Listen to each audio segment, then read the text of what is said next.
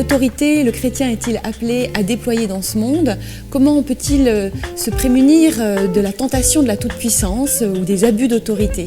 Quand nous avons été baptisés, nous avons été associés au règne de Christ. Qu'est-ce que ça veut dire que de régner dans ce monde? Est-ce que la façon dont nous régnons comme chrétiens avec ce modèle de Jésus, nouvel Adam, l'Adam qui ne faillit pas, cet homme qui ne part pas dans des dominations tous azimuts et dans une croyance en sa propre toute-puissance, est-ce que nous pouvons aussi vivre de cela? C'est la question à laquelle nous essaierons de répondre.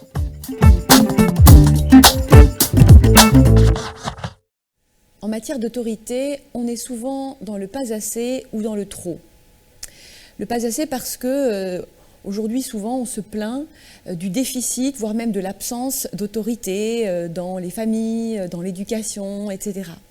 Mais en même temps, on dénonce très souvent l'autorité quand elle devient abusive, quand elle devient un pouvoir sur d'autres, voire même une forme de toute-puissance.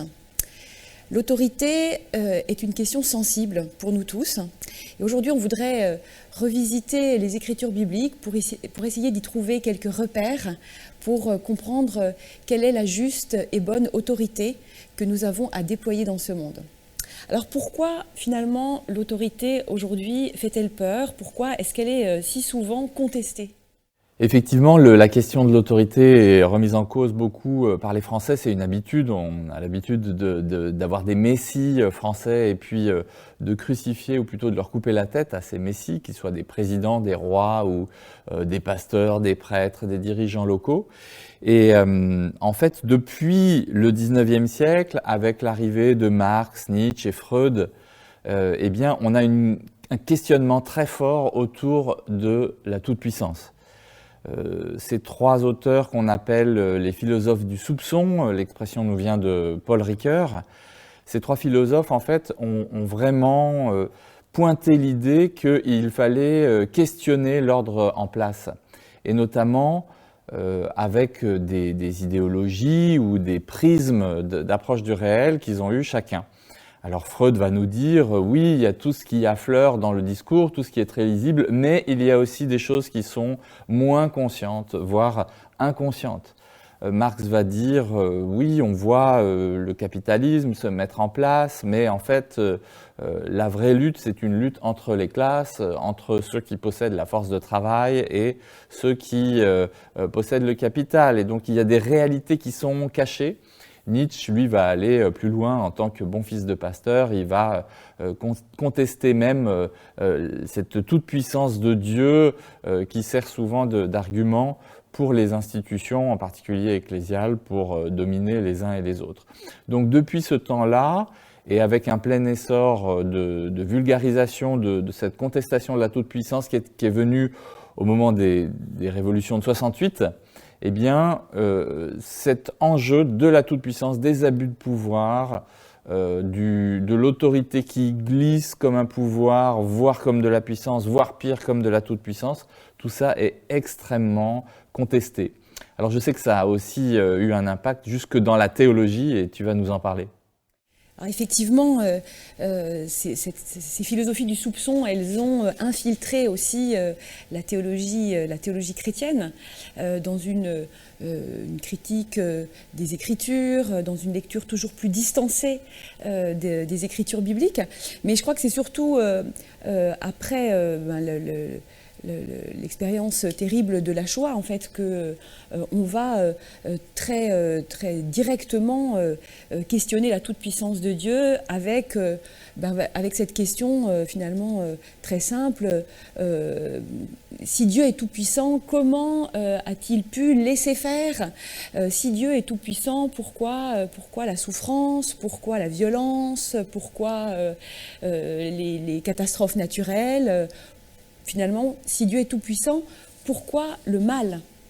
Et c'est une vraie question qui va se poser en philosophie et en théologie, parce qu'on va arriver à un point où finalement on ne peut plus expliquer finalement la toute-puissance de Dieu dans nos catégories. Alors ce qui est intéressant et qui est un peu aussi un renversement, c'est que finalement, parce qu'on ne peut plus expliquer, parce qu'on ne peut plus rationaliser finalement les choses, eh ben, on va dépouiller Dieu de sa toute-puissance. C'est finalement comme si la toute-puissance de Dieu devait plier le genou devant la toute-puissance de la pensée humaine. Et si la pensée humaine ne peut pas expliquer cette question du mal face à la toute-puissance de Dieu, eh bien c'est forcément que la toute-puissance de Dieu n'existe pas. Ou bien en tout cas qu'on ne peut plus l'admettre, on ne peut plus l'assumer. Ça se traduit dans des choses très, très, très simples, et notamment la contestation d'un certain nombre de points fondamentaux de la foi chrétienne, très simplement dans le symbole des apôtres, qui est l'un des plus anciens credos, une des plus anciennes confessions de foi chrétienne. Il est dit « Je crois en Dieu, le Père Tout-Puissant, Créateur du ciel et de la terre ». Alors, dans le texte original, il n'y a pas de ponctuation. Les formulations, les affirmations de foi sont les unes après les autres, mais on va questionner finalement cette ponctuation qui n'existe pas en disant on ne peut pas dire je crois en Dieu le Père Tout-Puissant. Parce que ce Père Tout-Puissant renvoie à quelque chose qui est insupportable, la toute-puissance paternelle, et donc on va interdire d'une certaine manière d'associer cette toute-puissance au Père. Et puis on va aussi questionner la toute-puissance du Créateur. Et du coup, on se retrouve avec une affirmation de foi qui est un peu dépouillée de son sens, parce qu'on ne peut plus parler de cette toute-puissance de la paternité, alors qu'à l'origine, pour les premiers chrétiens, parler du Père Tout-Puissant, c'était quelque chose de totalement inédit, c'était une manière d'associer la tendresse du Père à la force du Dieu créateur, et c'était une affirmation de foi totalement novatrice, originale.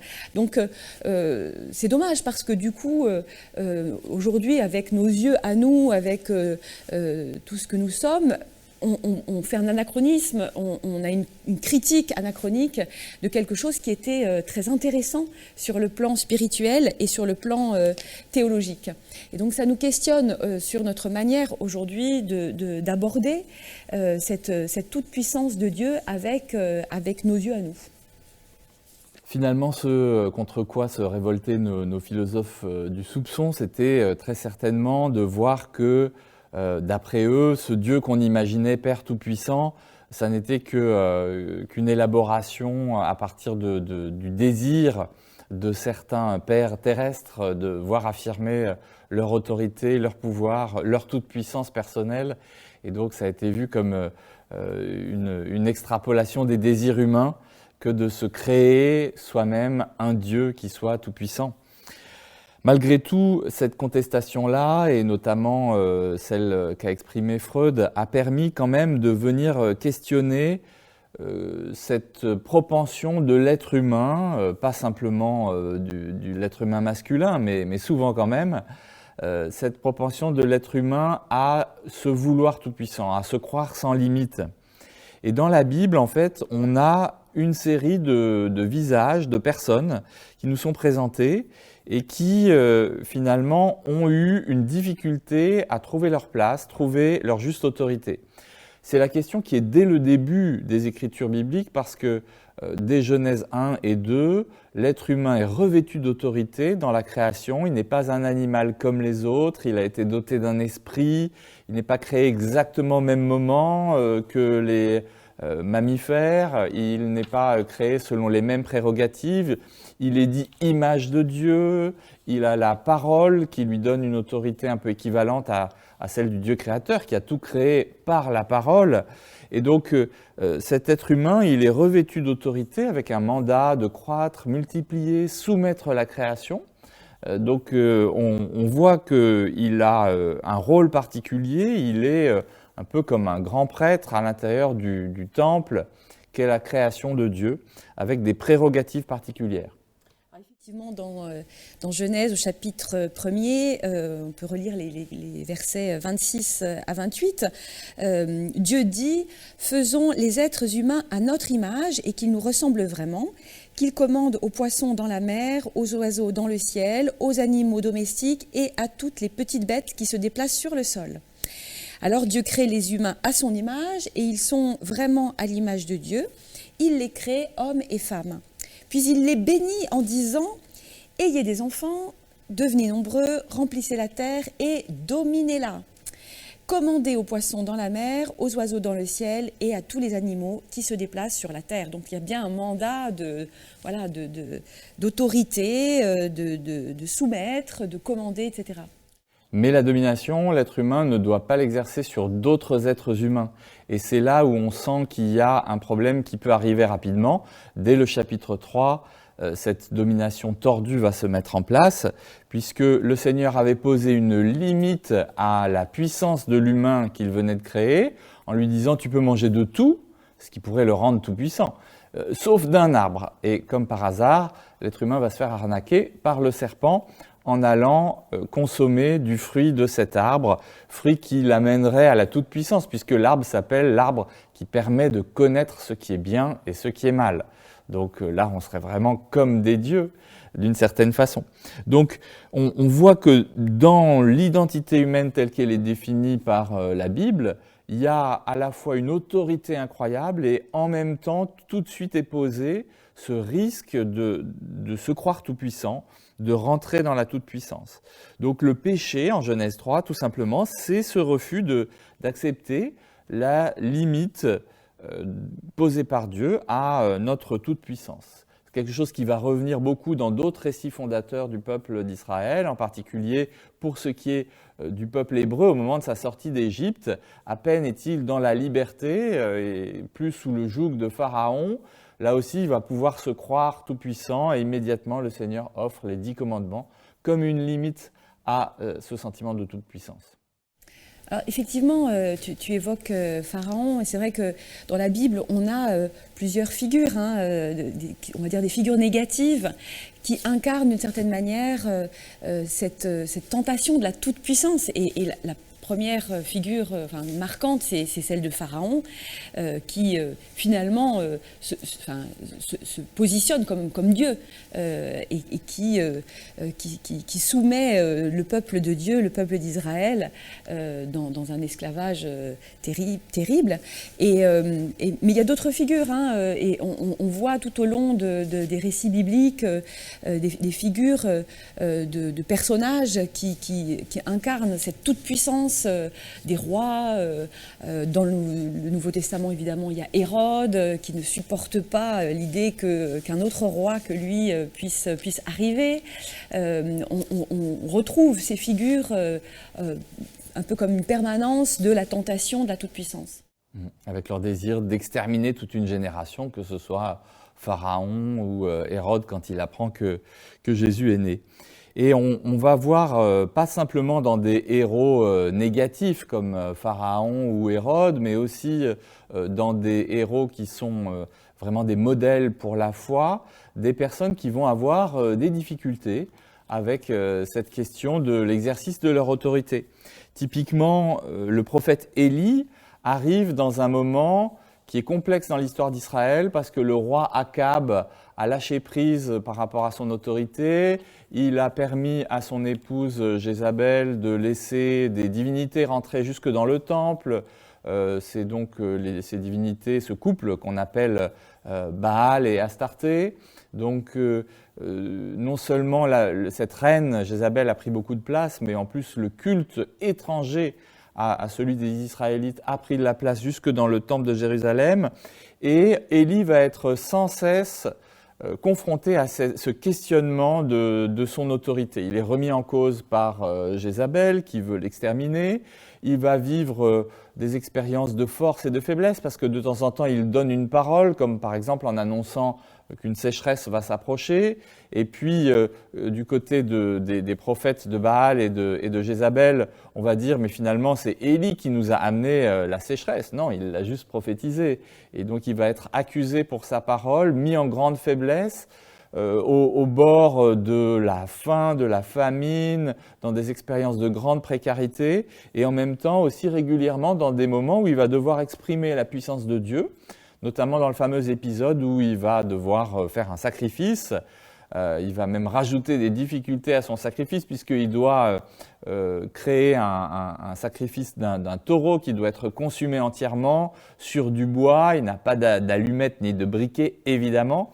Et le challenge qu'il a avec les prophètes de Baal, c'est de simplement invoquer son Dieu pour que son Dieu fasse descendre la foudre pour consumer l'offrande. Donc, Élie rajoute un peu, justement, il est peut-être un peu dans la toute-puissance, là, il rajoute une difficulté en mouillant le bois, en faisant une petite rigole et en mettant de l'eau, etc. Et c'était vraiment, justement, une confrontation de puissance entre le Dieu d'Israël et le Dieu Baal, puisque Baal était connu dans tout le Proche-Orient ancien pour être le Dieu de l'orage, le Dieu du feu. Donc c'est comme si Élie venait avec l'Éternel provoquer Baal dans son camp, dans ses prérogatives, sur son champ de bataille. Et donc Élie va prier et effectivement, contrairement aux prophètes de Baal qui n'ont pas su allumer l'offrande simplement avec leur prière, un feu de l'Éternel va descendre sur l'offrande qu'Élie a préparée. Alors on peut lire dans 1 Roi 18 le dénouement en fait de ce récit, au chapitre 18, verset 36. À l'heure habituelle du sacrifice, le prophète Élie s'approche de l'autel. Il dit « Seigneur, Dieu d'Abraham, d'Isaac et d'Israël, montre aujourd'hui que tu es le Dieu d'Israël. Montre que je suis ton serviteur et que j'agisse sur ton ordre. Réponds-moi, Seigneur, réponds-moi. Alors les gens sauront que c'est toi, le Seigneur, qui est Dieu, et ainsi tu ramèneras leur cœur vers toi. » Le Seigneur fait donc descendre du feu qui brûle le sacrifice, le bois, les pierres et la poussière. Le feu avale aussi l'eau du fossé. Quand les Israélites voient cela, tous se mettent à genoux, le front contre le sol, et ils disent « C'est le Seigneur qui est Dieu, c'est le Seigneur qui est Dieu. » Élie leur dit « Saisissez les prophètes de Baal, aucun ne doit fuir. » Les gens les saisissent tous. Élie les fait descendre au bord du torrent de Kishon, et là, il les fait tous tuer. C'est là où on voit le glissement. En tant que Élie étant serviteur, il est exaucé par l'Éternel, mais une fois qu'il a eu la chance d'être exaucé... Et il dit bien sur ton ordre, hein, on voit bien que la précision est importante. Mais une fois que la chose s'est réalisée, Élie rentre pour le coup dans la toute-puissance et il va devenir le grand vengeur. Il fait capturer les prophètes de Baal, il les fait être égorgés, et dans les chapitres qui suivent, Élie va être mis en difficulté parce qu'il sent bien que finalement il a ajouté des choses à ce que le Seigneur avait véritablement demandé. Il a été au-delà de ce service et il a voulu devenir le vengeur de l'Éternel, et il s'est mis, lui, à pourvoir la mort et le meurtre et l'assassinat, quand bien même ce sont des prophètes de Baal et que les lois du Premier Testament autorisaient que ce type d'impiété et d'abomination soit puni par le meurtre. Malgré tout, Élie n'avait pas reçu le commandement de faire ces choses-là, et donc dans les récits qui suivent, il va traverser une dépression qui va faire qu'il va être en grosse difficulté, ne comprenant plus quel est le sens de sa vie et en étant dans un état de déréliction assez profond et de découragement qui le conduit presque à proximité de la mort. Donc on voit bien que des héros positifs comme le prophète d'Israël par excellence qui est Élie peuvent être dans une marche très précaire sur le fil du rasoir de cette juste posture du serviteur, mais qui peut glisser à tout moment dans une posture de vengeur, de justicier, dans une posture toute puissante qui n'est pas du registre de ce que Dieu leur a demandé. Quelle leçon Élie va-t-il tirer de cette expérience à la fois extraordinaire de l'exaucement de sa prière, mais en même temps aussi de ce passage assez terrible où il fait tuer les prophètes, et suivi de cette dépression qu'il va vivre? Est-ce qu'il en tire une leçon? Et puis surtout, comment est-ce qu'il va guérir en fait de cette tentation de la toute-puissance? Ce qui est beau, c'est la pédagogie de Dieu, parce que Dieu va le conduire dans une expérience où Élie va voir une grande tempête et on nous dit le Seigneur n'était pas dans la tempête, il va y avoir de l'orage, le Seigneur n'était pas dans l'orage. Bref, dans tous ces éléments hyper puissants, cataclysmiques, liés à la création et à ses heures et malheurs, eh bien, Élie ne va pas trouver la présence de l'Éternel, et le texte finit sur cette idée que Élie ne trouvera la présence de Dieu que dans un souffle léger et ténu. Donc finalement, c'est dans l'expérience de la faiblesse que ce tonitruant prophète Élie va trouver une forme de guérison pour lui-même, dans le fait de lâcher le désir d'être serviteur d'un Dieu tout-puissant, avec ce risque de finalement aboutir à servir Baal plutôt que l'Éternel lui-même. Nous parlions d'Élie comme étant une figure d'Israël tentée par la toute-puissance. Avant lui, on a eu quand même une histoire assez improbable avec le roi David. On connaît bien l'histoire de David. David, c'était le dernier fils de Jéthro, qui était en train de faire paître ses brebis le jour où le prophète Samuel vient voir Jéthro, parce qu'il va désigner le futur roi. Le roi d'Israël, et puis Jéthro lui-même s'attend à ce que Samuel désigne ses fils aînés, forts, vaillants, bien taillés, etc. Et puis au fur et à mesure, finalement, c'est bien David que Samuel va choisir, sous l'inspiration bien sûr de Dieu. David qui est le plus jeune, le plus frêle, certainement le moins taillé pour cette fonction-là, mais c'est donc lui qui va être appelé pour la royauté. Et puis, David, c'est ce jeune gamin, ce frêle enfant qui va à un moment donné s'illustrer dans le combat contre le géant Goliath, et tout ça en abandonnant l'attirail, l'uniforme, toute la puissance de l'équipement du guerrier au profit d'une petite fronde, et il va faire tomber le géant très puissant Goliath juste par une pierre. Et puis après, David qui va être pourchassé, persécuté par Saül, qui parviendra à apaiser la colère et le trouble du roi simplement grâce à sa lyre. Alors, ça construit une figure vraiment très intéressante, tout en paradoxe, tout en contraste. Et puis on suit comme ça cette ascension de David jusqu'au trône, et ce moment magnifique où David va être acclamé par le peuple.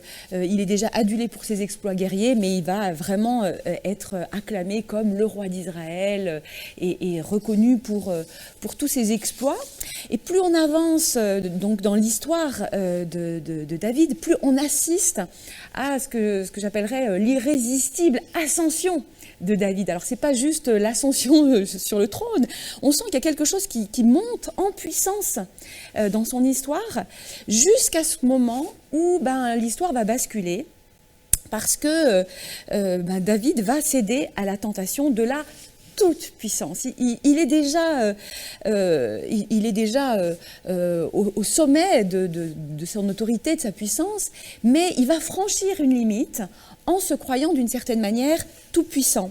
Et notamment, cette tentation de la toute-puissance, elle va s'exprimer autour de cette expérience de se croire tout-puissant sur la vie et la mort d'autrui, mais aussi dans le fait de croire qu'on peut tout posséder, qu'on peut prendre, voler ce qui ne nous appartient pas.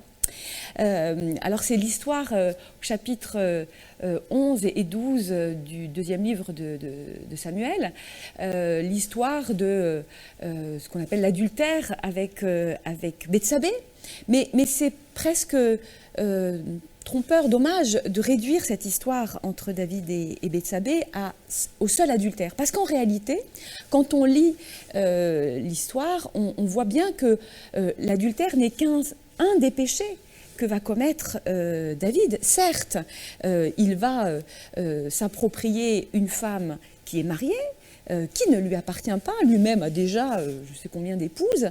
Mais en plus de cela, non seulement il y a cet adultère, mais après ça, il va y avoir le mensonge, la dissimulation. Et puis, il va aller jusqu'au meurtre, puisqu'il va faire en sorte que Uri, le mari de Bethsabée, soit mis en première ligne et soit tué au combat, de telle sorte que, puisque Bethsabée est enceinte d'un enfant de lui, son adultère ne soit pas reconnu, en fait, et dénoncé. Donc, voilà, en fait, on voit à ce moment-là, à ce stade de l'histoire, on voit comment David se croit tout-puissant. Et dans ce basculement, il y a quelque chose qui est très frappant, c'est que finalement, Dieu disparaît. Quand on lit le chapitre 11, notamment, de Samuel, eh bien, en fait, Dieu disparaît complètement. Il n'est plus présent dans l'histoire, alors que toute l'épopée de David est une épopée qui nous montre aussi une relation très forte entre David et Dieu, et aussi l'expérience de quelqu'un de fragile qui va mettre toute sa confiance en Dieu, qui va réussir des tas d'exploits en faisant confiance en Dieu, en s'abandonnant à Dieu. Et là, dans ce chapitre 11, Dieu disparaît. Il ne réapparaît qu'à la toute fin, le dernier verset du chapitre 11, si tu veux bien le lire. Oui, ce que David a fait déplaît au Seigneur. Voilà, c'est la conclusion. Dieu réapparaît à ce moment-là. Et là, il va se passer quelque chose de très intéressant, c'est l'intervention du prophète Nathan, qui va être vraiment l'intervention qui va permettre à David de comprendre l'ampleur, en fait, de sa faute, l'ampleur de sa trahison. Nathan, c'était un prophète de cour, c'est-à-dire un conseiller du pouvoir. Et à ce moment-là, le fait que Nathan soit à proximité de David est vraiment une opportunité donnée par Dieu pour David de revenir dans un exercice d'autorité qui soit plus conforme au projet de Dieu. Voici ce qui est dit au début du chapitre 12 de Samuel. Le Seigneur envoie le prophète Nathan à David, et Nathan entre chez le roi et lui dit « Dans une ville, il y avait deux hommes, l'un était riche, l'autre était pauvre. Le riche avait beaucoup de moutons et beaucoup de bœufs, le pauvre n'avait rien du tout, sauf une petite brebis qu'il avait achetée. Il donnait à manger à cette brebis, elle grandissait avec ses enfants, elle mangeait la même nourriture que lui et elle buvait le même lait. La brebis dormait à côté de lui, elle était comme sa fille. Un jour, un visiteur arrive chez l'homme riche, celui-ci ne veut pas prendre un mouton ni un bœuf de son troupeau pour préparer le repas, alors il prend la petite brebis du pauvre et la fait cuire pour son visiteur. Et David se met dans une violente colère contre ce riche et il dit à Nathan « Aussi vrai que le Seigneur est vivant, l'homme qui a fait cela mérite la mort. Il a agi sans aucune pitié, il doit remplacer la brebis volée par 4 autres brebis. » Et Nathan dit à David « L'homme qui a fait cela, c'est toi. » Ce qui est intéressant avec ces deux exemples du Premier Testament, c'est que finalement, c'est dans leur expérience d'échec de leur autorité, dans le fait d'avoir été trop loin, qu'ils en tirent la conséquence de là où va se trouver la juste posture pour être dans une autorité qui est correcte et de bonne aloi. Alors, évidemment, tout ce Premier Testament, il aboutit sur la personne de Jésus, dans notamment le bel hymne de Paul dans l'Épître aux Philippiens, où Jésus est celui qui avait toutes les prérogatives divines, mais n'a pas voulu garder ça pour lui-même. Il a accepté la destinée humaine, d'être un humain jusqu'à la mort et même à la mort sur la croix. Il s'est fait serviteur, etc. On a un très bel hymne qui dit que finalement Jésus n'a pas endossé cette expérience de l'échec. Et c'est frappant dans deux parties de la vie de Jésus, au début de sa vie, de son ministère en tout cas, et puis à la fin de son ministère. Au tout début de son ministère, Jésus traverse l'expérience de la tentation au désert pendant 40 jours. Et durant cette tentation au désert, le diable va finalement proposer à 3 reprises à Jésus de prendre une place qui n'est pas correcte. Lui qui est le Fils, il va lui proposer de prendre un peu la place du Père. Par exemple, dans le fait de réitérer le miracle de la manne, mais en transformant des pierres en pain, ce qui techniquement serait une forme de sorcellerie. Il va lui proposer aussi d'acquérir tous les pouvoirs, de sauter depuis le haut du temple, etc. Même en convoquant des versets bibliques pour argumenter cette tentation. Mais Jésus, tenant bien à la fois dans sa confiance dans le Père et puis dans sa connaissance des Écritures, va réussir à chaque fois d'écarter cette tentation qui, au bout du compte, est à chaque fois une tentation de la toute-puissance. Ça, c'est au début de son ministère, une façon d'inaugurer, juste après son baptême, une trajectoire bien ajustée. Et puis, à la fin de son ministère, finalement, quand il va être sur la croix à Golgotha, on va avoir à nouveau cette tentation de la toute-puissance. Mais finalement, qu'est-ce qui t'empêche de descendre de cette croix? Sauve-toi toi-même. Avec une proposition des gens qui sont là, que Jésus aille au bout de son identité, s'il est Dieu, s'il est roi d'Israël, s'il est toutes ces choses-là, mais qu'il le manifeste donc dans une action puissante et toute puissante. Jésus ne va pas vouloir rentrer là-dedans, et c'est en cela que Jésus est vraiment un modèle pour nous chrétiens, et un modèle en particulier pour toute personne qui veut exercer un service à la suite du serviteur ultime, du serviteur souffrant, qui est le Christ. Dans le service, on va pouvoir trouver un lieu d'autorité, un lieu où on exerce une autorité qui est bonne, mais qui ne va jamais aller du côté de l'abus ou du côté de l'autosatisfaction, ou du côté du fait de croire que finalement Dieu nous devrait quelque chose et qu'il y aurait des automatismes dans ce que Dieu peut nous donner, quand bien même nous avons effectivement besoin de Dieu pour pouvoir vivre des choses extraordinaires telles qu'il en a fait vivre à tous les disciples et les apôtres de tous les temps. Donc, il y a une leçon particulière en Jésus dans le fait de dire que l'être humain n'est pas obligé de faillir, de tomber dans le piège de la toute-puissance lui-même pour arriver à vivre cette vraie destinée d'humain en autorité, avec un mandat, mais qui ne va jamais trop loin dans une domination qui va finalement être domination sur les autres humains ou une posture de petit Dieu sur la terre. Alors finalement, comment le chrétien peut-il habiter l'autorité aujourd'hui, de manière juste ? Je pense que ça tient dans une phrase que l'apôtre Paul prononce et qui dit « c'est quand je suis faible que je suis fort ». C'est dans la conscience de notre impuissance, de notre manque de puissance, que finalement nous pouvons avoir besoin d'être complétés par Dieu, explicitement complétés par Dieu, et sans s'approprier cette force que Dieu nous a donnée comme étant une force qui nous serait propre. Il y a donc là un service qui se déploie plutôt qu'un pouvoir ou une domination.